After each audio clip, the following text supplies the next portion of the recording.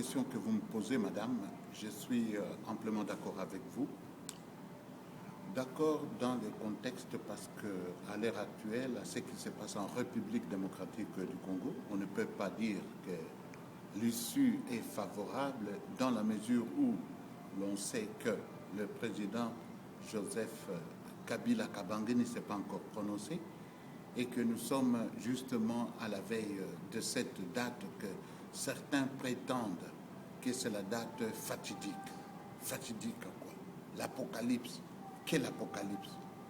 Si le peuple congolais, chère madame, se permet de revendiquer ses droits, est-ce qu'on peut parler de l'apocalypse?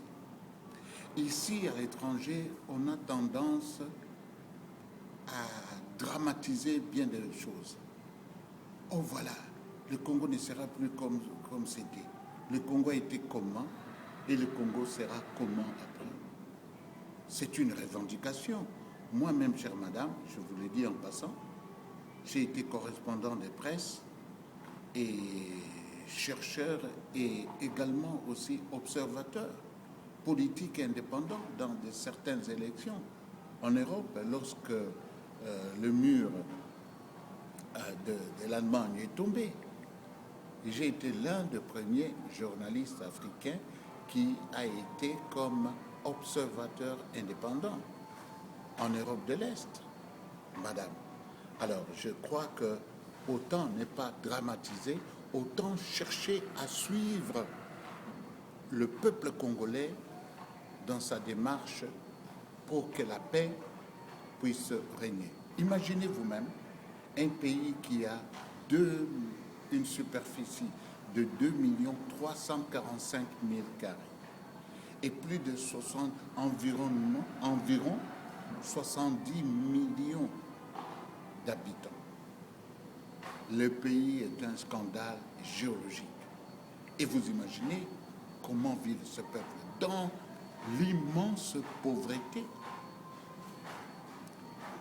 Je dirais même qu'il y a deux camps qui sont opposés. Il y a le camp des riches, il y a le camp des moins nantis. Et ce sont des choses qui ne peuvent pas exister dans les pays de Papa Simon Kimbangu. Je vous le dis franchement, madame, je reconnais, je suis congolais en premier avant de dire que je suis canadien. Parce que je suis né dans ce pays, mes parents sont congolais, mes aïeux sont congolais et ont été congolais. Et bien sûr, moi-même, le sang qui circule dans mes veines, c'est le sang rouge, bien sûr, c'est le sang des Congolais. Alors, cessons de dramatiser, parce que ces derniers temps, ce que je trouve, et ce qui est très aberrant, certains journalistes se permettent de dire ou se présenter comme des observateurs avertis, connaissant mieux que quiconque le problème congolais. Qui êtes-vous? Qui sont-ils? Qui sont-elles pour pouvoir se permettre à donner des leçons aux Congolais? Oh ben vous savez ce qui se passe maintenant. Mais vous êtes là au Congo depuis longtemps. Qu'est-ce que vous avez foutu pour que ce Congo, que vous demandez aujourd'hui que la paix puisse régner, que vous demandez qu'on établisse le droit humain, puisse connaître les jours meilleurs? Vous n'avez rien fait. Et vous n'avez pas de leçons à donner aux Congolais. Pas du tout, madame. Je ne dis pas que je m'excuse, mais ce qui sort de ma bouche, moi, docteur journaliste, kimbanguiste Léopold Jean-Paul Chopard, Bonayumbi, Ouseni Kumba Kisaka, c'est vrai. Oui. Oui, quand on arrivera à l'autre, je crois que cette question... Pardon? Eh bien, voilà. En ce qui concerne les gens, les politiciens qui veulent remplacer l'actuel président, je dirais entre guillemets, démissionnaire, Joseph Kabila Kabange, eh bien, tout est simple. Il y a certains points, quant à moi, en tant que journaliste, fils du pays et directeur de recherche et programmation au sein du Centre d'études de Manitoba, Canada pour le développement en Afrique, je dirais ceci. 1. Ceux et ceux-là qui vont se prétendre comme remplaçants ou candidats aux prochaines élections, ou ceux qui vont présenter leur nom comme étant de présidentiables, eh bien, je demanderai une suggestion. Je n'ai pas ce pouvoir. Je dirais tout simplement que, primo, ils doivent décliner la nationalité de père et de mère qui sont vraiment des Congolais à 100%. Secondo, ils doivent montrer un certificat de bonne vie et mœurs. Tertio, ils doivent aussi montrer patte blanche si au cours des 4 dernières années, les années de turbulence, qu'ils ont déclaré les impôts, qu'ils ont payé les impôts, que ce soit dans leurs entreprises, que ce soit dans les activités auxquelles qu'ils se sont livrés. Tertio, ils doivent également déclarer tous leurs biens, parce que le fait de devenir ou de prétendre candidat au président de la République, il faut qu'on sache que, comme on dit, mais il y a pas donda, azaki nanine, ni azana. Ça c'est quarto.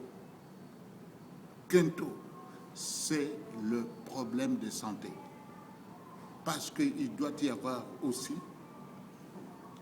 un panel de médecins un panel de médecins qui va contrôler tous ces candidats pour voir si réellement ils ont leur faculté mentale en place. Parce que nous ne voulons pas avoir un président qui une année après, va encore se déclarer fou, entre guillemets, c'est-à-dire inamovible, et qui pourra rester là des années. Non, le Congo n'a pas besoin de ça. Le Congo n'a pas besoin de ça. Le Congo n'a pas besoin de ça. Oui, madame. Oui, je parle roumain. Da. Tot așa că voi afară înțelege după vorbire il y a câteva persoane despre Congo democratic. Nu e adevărat. Nu e adevărat. Trebuie să locuiește la Kinshasa, la Kisangani, la Bukavu, se cunoaște popor congolez. Nu trebuie să asculte toate ce lume spune afară. O, congolezul nu mai e nimic. O, Congo se moare. Congoleze, nu, știe, se fură bani. Congoleze n-au așa gânduri. Non. Je crois que j'ai répondu, mais vous m'avez surpris quand même. Hein? Vous m'avez surpris par cette question. Alors, pour revenir encore à la première question, parce que nous sommes pris par le temps, je vous en prie, chers confrères étrangers, je sais que vous avez besoin d'enrichir ou d'avoir du scoop dans vos actualités, dans vos médias, dans vos tabloïds. Mais c'est de dire la vérité. Il y a plus de 20 ans, j'ai rencontré une soi-disant spécialiste des affaires congolaises. Mais au fond, elle n'est rien. Elle court dans le bottes de tous les politiciens de tout bord pour avoir de l'argent. Et pour dire spécialiste d'Afrique. Et certains même l'appellent, oh maman, maman, maman quoi? C'est celle qui vient là-bas, qu'on accueille en limousine. Et quand vous venez dans un pays, vous dites que vous êtes journaliste. Et la personne que vous allez l'interviewer vous accueille en limousine. Est-ce que vous aurez encore le courage de dire quoi que ce soit de mal? Non. Écoutez, chers confrères, je vous le dis, ne pensez pas que vous allez encore nous berner. Nous avons fait les mêmes études que vous. Nous avons appris les mêmes leçons que vous. Nous avons eu aussi à vous enseigner. Moi qui vous parle personnellement, j'ai été professeur dans 3 universités en Europe. Et qu'est-ce que vous voulez encore savoir de nous? Et qu'est-ce que vous voulez encore nous apprendre? Je crois que à toute chose, il faut considérer la fin. Et c'est cette fin-là que nous voulons, que vous puissiez essayer de vous mettre un peu à l'écart. Parce qu'on a l'impression que vous foutez un peu votre nez dans ce qui ne vous regarde pas. Je vous remercie, madame. Non, maintenant c'est fini, c'est le temps. Merci.